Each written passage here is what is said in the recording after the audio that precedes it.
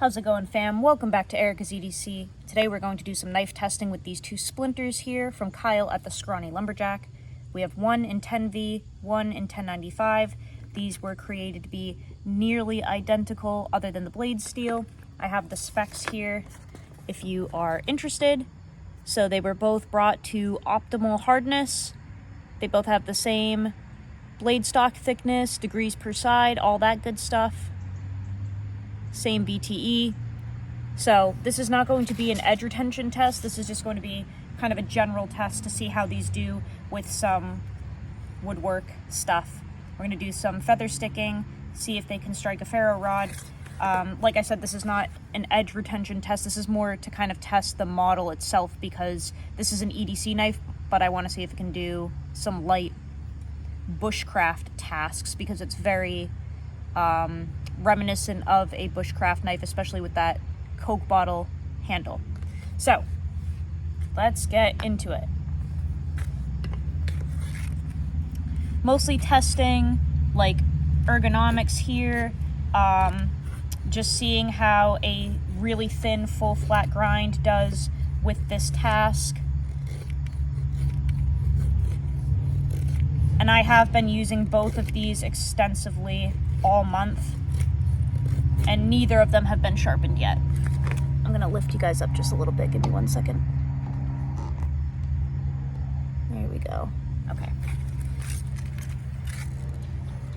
These have been absolutely incredible to use. They are super comfortable, really, really good EDC knives. But they're also really comfortable for this kind of stuff too. If you wanted to get one maybe a little thicker or with a different grind other than a full flat, because this is obviously not ideal for like woodwork, but it can definitely do it.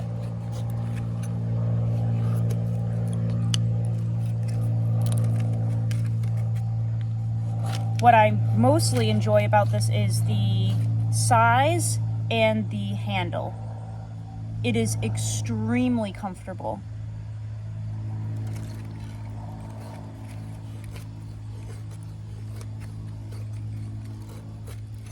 I think if you had maybe a little bit of like a convex on this, then it would really be good for this.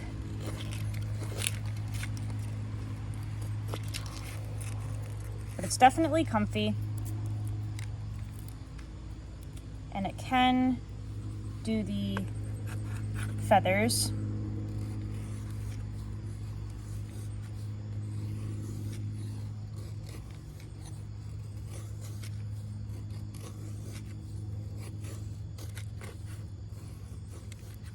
One of the most important things in my knives is definitely comfort.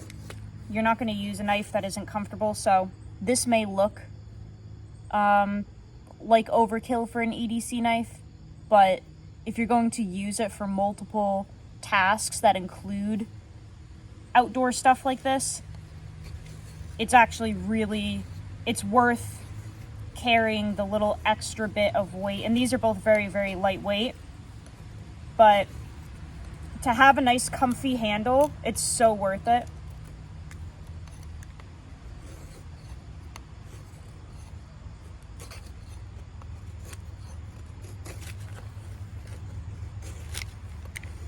So yeah, it can feather stick and curl and stuff. It's not going to be the best at it because this is, like I said, more of an EDC knife. It's extremely thin, 3/32 blade stock, full flat ground, and 5 thou BTE. I mean, that's very thin. This is definitely more of an EDC knife.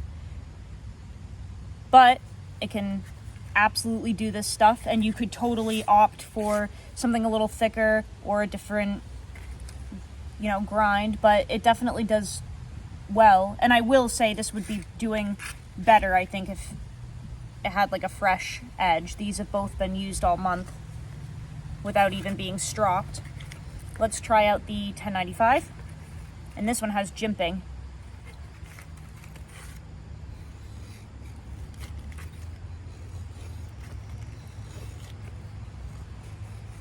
Equally as nice and comfortable.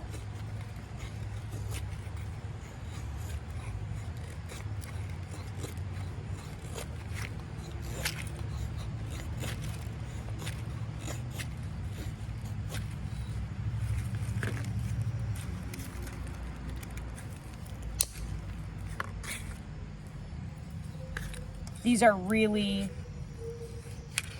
just a joy to use.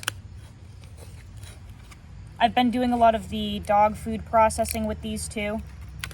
Super comfortable in multiple grips.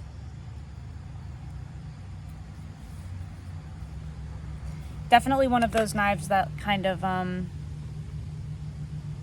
fits the human hand with the curve.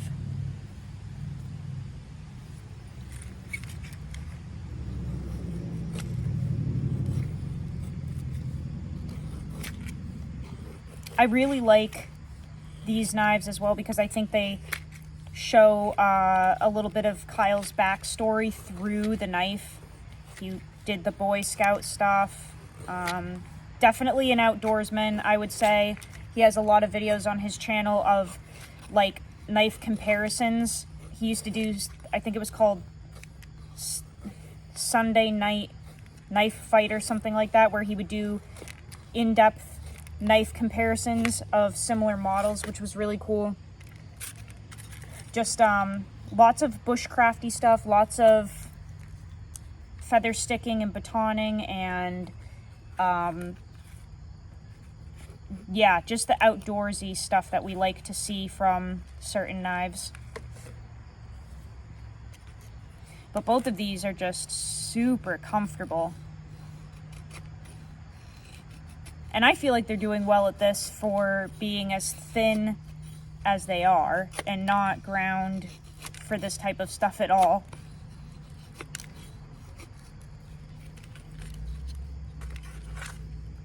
We'll try that jimping out.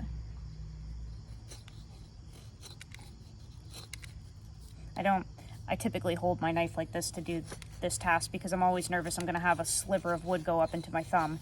So I always try to keep my thumb out of the way. But that jimping is really aggressive and feels really nice.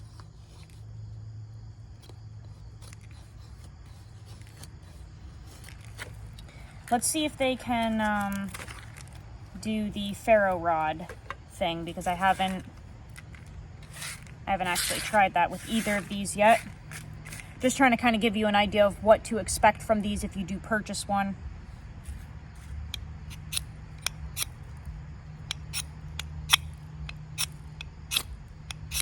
There we go. Yep, so that one definitely strikes. The 1095 one does. Very cool. Let's see about the 10V. Yep. Really nice.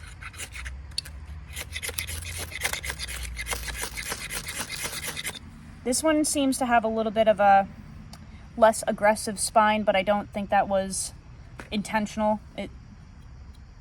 Yeah, the 1095 definitely has a sharper spine, and I'm sure you could ask for a more rounded spine if you wanted, or a sharp one. Yeah, that definitely has a sharper spine. Just to clear this up, because this has been a comment that I've seen on my video, 1095, it's not going to inherently have better fire striking abilities if it has a 90-degree spine compared to a maybe a super steel or even a stainless steel with a 90-degree spine.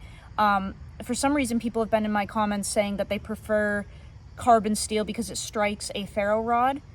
That's not the attribute that is striking the ferro rod, though. That is not what is igniting a fire. It's the 90-degree spine. So this could be in Magna Cut, this could be in Vanex. As long as it has a really sharp 90-degree spine, it doesn't matter what steel it is, it will strike a ferro rod.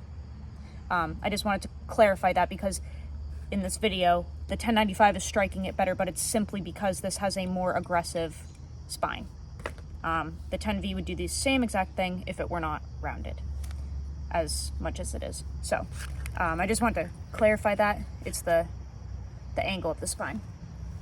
But they both strike. They're both really comfortable to do this task with. They were both comfortable striking the ferro rod. I really like these. Like, this is a perfect knife, in my opinion. It is just so comfortable. I have really, really enjoyed using these. And the testing is not over. I just wanted to make this video on it because people have been asking about them and asking if they would be good for like kind of an all-around knife between EDC tasks and outdoors tasks. And I would absolutely say yes. And like I said, you can kind of choose a steel that will benefit you out in the field, and you can choose a grind that will benefit you as well. But these are surely knives that you can kind of bring anywhere and do farm work, and then cut open boxes and break them down, and then process a chicken, and then go make a campfire and do some camp cooking. You can do all of those things with this. The only thing the only thing I wouldn't do with a knife this thin would be batoning large pieces of wood. I don't think these would benefit from that. I'm sure they can do it, but this is not obviously a knife that I would break down large pieces of wood with. It's a very small knife. It's like 6.5 inches overall. So this is not a full-blown bushcraft knife to be breaking firewood down with. I would be comfortable splitting kindling down into smaller pieces, 100%. I don't think that would be an issue. And again, if breaking down firewood and making kindling and stuff is something that you want to do, maybe beef it up a little bit, right? Beef up that geometry.